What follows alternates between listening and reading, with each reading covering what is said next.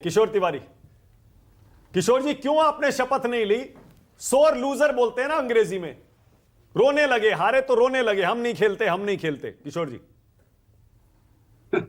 आज विनोद जी को हंसता हुआ देख रहा हूं और वाजपेयी जी बहुत दिनों के बाद आए हैं। हाँ?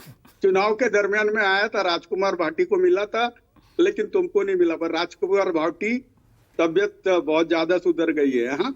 महाराष्ट्र में तो आशीर्वाद से।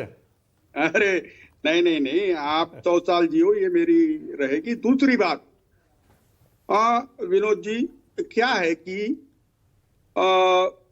ये ईवीएम बहाना बन जाता है, ऐसा लोग कहते हैं। तो एक बार वीवीपैट की गिनती हो जाए ना। अब देखो वीवीपैट की गिनती का कैसा था, हमने पैसे भरे तो हमको क्या किया मालूम है, वो उसका डाटा इरेज करके 100 प्रिंट आउट और 100 गिना दिए। ये अरे मुझे बोलना है कि 5% में हमको वीवीपैट की गिनती चाहिए थी, एक्चुअल वीवीपैट के वोट और मशीन के वोट। तो कैसा है कि वेरिफिकेशन भी बोगस, और अगर हम कोई हमारा एक्चुअल वेरिफिकेशन कर ले तो वो भी नहीं करने देते।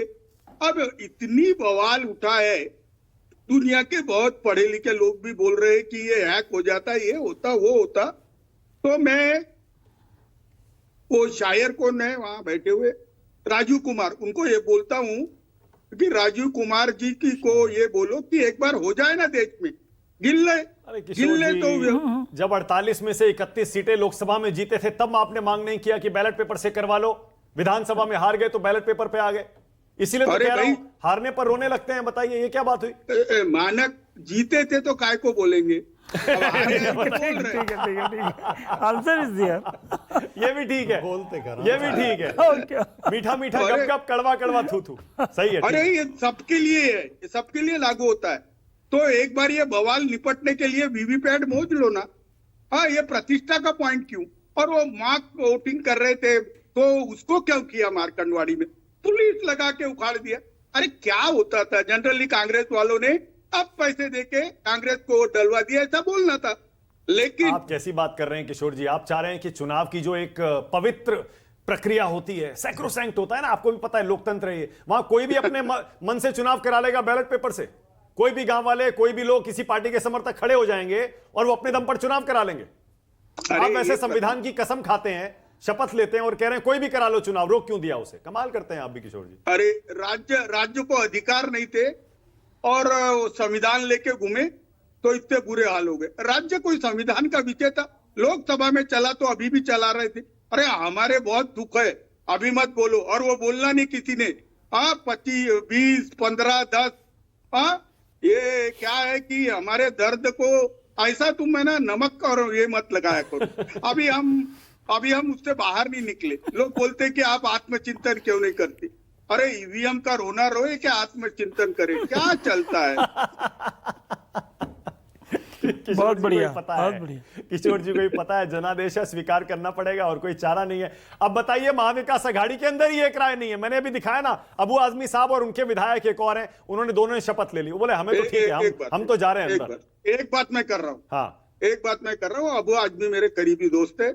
हाँ, वो नाराज हो जाते, दूसरे कल आ जाएंगे हमारे पास, तो उसकी कोई चिंता मत करो। हाँ, हमने उनके खिलाफ उम्मीदवार भी नहीं लड़ा था, उनके साथी के खिलाफ नहीं लड़ा था। और ये गिन चुन के 2 लोग हैं। अब ये मत बोलना गिन चुन के हम भी 45 है। हाँ, लेकिन है ना, अभी आदमी को कम्युनिकेट नहीं किया होगा करके। हाँ। तो अबू आदमी तो चुस्त दुरुस्त विपक्ष के नेता है वो, और उन्होंने अपनी साख रखी है। 5वीं बार आए हैं वो, और कितनी बार आएंगे मुझे मालूम नहीं, लेकिन बंबई साफ करते हैं वो, और बंबई में अच्छे को साफ कर देंगे। हाँ, बीएमसी के चुनाव में भी हमारे साथ है वो। हाँ, पर ये बाबरी मस्जिद के बारे में हम क्लियर है ना भाई, बाबरी मस्जिद शिवसैनिकों ने गिराई है, वो गिराई है। बाबरी मस्जिद यह एक आक्रांता का प्रतीक थी, हमने गिराई। बहुत बढ़िया किशोर जी, बहुत ही बढ़िया। आपने एकदम सही मौके पर सही बात कही है। अभी भाटी साहब ने कहा खोदोगे तो खोदोगे, इसका मतलब संभल में भी आप बीजेपी के साथ हैं? आपको भी लगता है संभल की मस्जिद के नीचे अगर मंदिर है तो वहां सर्वे होना चाहिए और उसकी जगह मंदिर बनना चाहिए? एक ऐसा है, ये जो चंद्रचूड़ ने दुकान खोली थी ना ये खोदने की, तो एक बार उस पर सब पार्टियों को बुला के पूछ लो कि कितने मस्जिदें खोदना है, हाँ, और वो तो मुस्लिम बोलेंगे कि इतनी खोद लो। अब क्या है, वो 7,000 पुराना साल है, पुराना धर्म है सनातन धर्म, और ये और 1500 साल पुराना इस्लाम है। उसके बाद आक्रांता बोल के आए, उन्होंने मस्जिदों और उन्होंने इस्लाम से ज्यादा मंदिरों को लूटा है ना, तो मंदिर लूटते वक्त मंदिर को तोड़फोड़ हुई, उसके बाद उसमें मस्जिद कन्वर्ट हुई, तो ये विवाद कितना करेंगे तुम?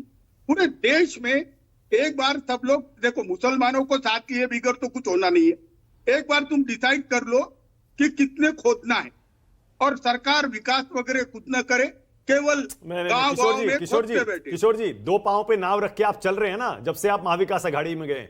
कुछ विश्लेषक कह रहे हैं कि इसी वजह से आपकी पार्टी का बंटाधार हुआ है। एक तरफ हिंदुत्व का झंडा भी उठाना है, बाबरी शिव सैनिकों ने गिराई, दूसरी तरफ जिन मस्जिदों को मंदिरों के ऊपर बनाया गया है उन पर भी क्लियर स्टैंड आप नहीं ले रहे। एमबीए में भी रहना है और हमें हिंदुत्व भी उठाना है।